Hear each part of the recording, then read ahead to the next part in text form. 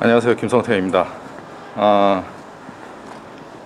매번 지방 출장에 사무실에 외출은 딱 그렇게 두 곳만 다녔었는데 오래간만에 커피 한 잔 마시러 나갑니다.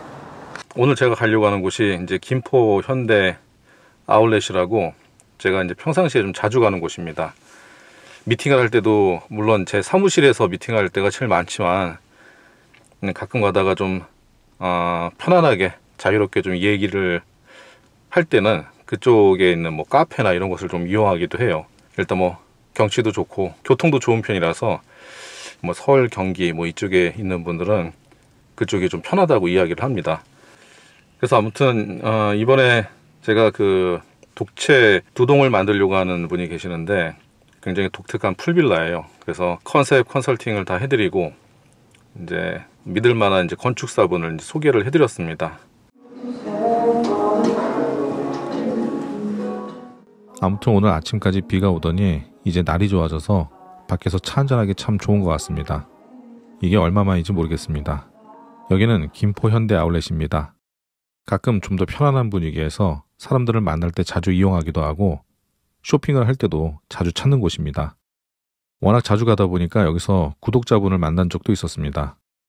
참 신기하고 당황스럽기도 했지만 알아봐 주니까 참 좋긴 했습니다. 사람들을 만날 때 저는 보통 제 사무실에서 만나는데 가끔은 저도 답답하기도 하고 나간 김에 넓은 야외 쇼핑몰을 걸으면서 쉬어가고 싶을 때가 있습니다.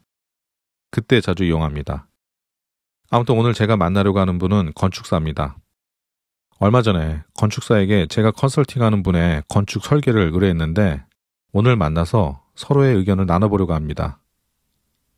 아무래도 각자의 전문 분야가 있기 때문입니다. 좋은 펜션을 만드는데 이런 생각의 공유를 하는 것은 매우 중요한 시간이라고 생각합니다. 많은 건축사들이 보통은 지역 내에서 활동을 하면서 상가나 원룸, 전원주택 등을 많이 만듭니다. 그래서인지 숙박업을 하기 위한 건축물도 집에 대응해서 만드는 경우가 참 많습니다. 하지만 결국 펜션은 객실을 판매하는 것이 주 목적이기 때문에 집처럼 만들어져서는 안 되고 숙박 사업에 대한 이해도가 높아야 됩니다. 그래서 건물주는 건축사를 선택할 때 숙박업에 대한 이해도가 높은지를 꼭 체크해 봐야 됩니다.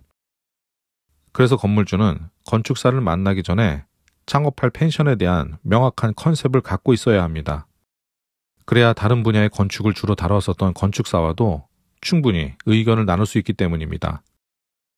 만약 건축사는 전원주택만 전문으로 해왔던 분이고 건물주는 펜션에 대한 지식이 부족한 경우라면 정말 너무나도 평범한 집과 같은 펜션이 만들어지곤 합니다.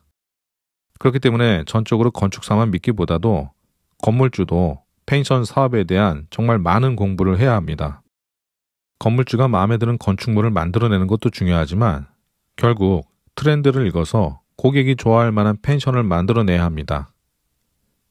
그래서 오늘 만날 건축사도 컨셉과 사업계획에 대한 전반적인 내용에 대해서 듣고자 만남을 갖기로 한 것입니다. 네, 어디쯤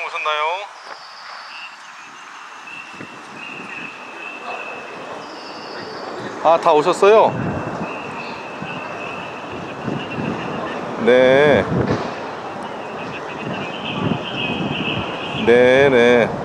여기가 제가 이스트존 쪽이에요. 주차하는 데가 이스트, 웨스트 이렇게 있는 것 같은데, 예, 제가 이스트존 쪽에 지금 와 있으니까요. 그쪽으로 오시면 됩니다. 여기까지 얼마나 걸리셨어요?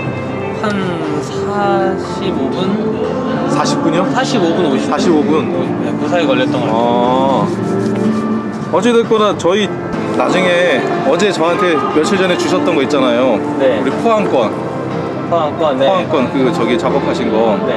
그랬어요. 제가 작업을 하면 네. 작가님께도 이렇게 가끔씩 보여드린다고 네. 이렇게 지금 진행을 하고 있다. 네. 그러니까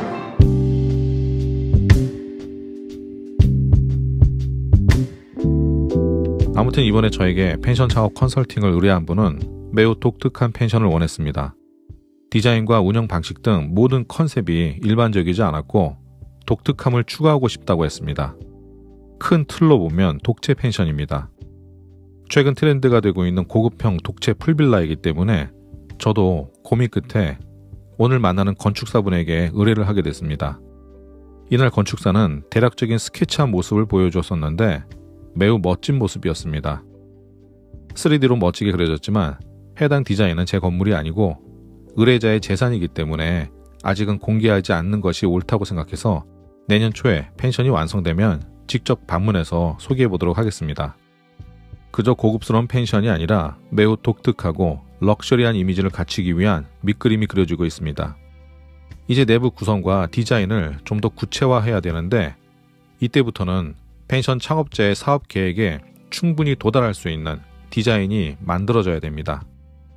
객단가를 많이 높인다면 그에 걸맞는 디자인이 만들어져야 되고 객단가를 높이 잡지 않았다면 과한 비용을 들여서 비싼 마감재를 쓰거나 복잡한 공정이 들어가는 작업을 할 필요 없이 편리성에 주안을 두어서 건물을 완성시키면 됩니다. 저는 오늘 이 부분에 대해서 건축사에게 조언할 예정입니다. 제가 컨설팅하고 있는 건물주는 1박 객단가를 굉장히 높게 잡았기 때문입니다. 오늘 저는 2시간 정도 건축사와 많은 이야기를 나눴습니다. 제 의견도 반영이 돼서 곧 자세한 설계 작업이 들어갈 예정입니다. 앞으로 포항에 만들어질 이 펜션이 어떤 결과로 완성되는지 차후에 상세히 소개해 보도록 하겠습니다. 오늘은 특별한 노하우라기보다는 잠시 외출을 해서 건축사도 만나고 이런저런 제 일상을 담아봤습니다. 오늘 이야기 여기서 마치겠습니다. 감사합니다.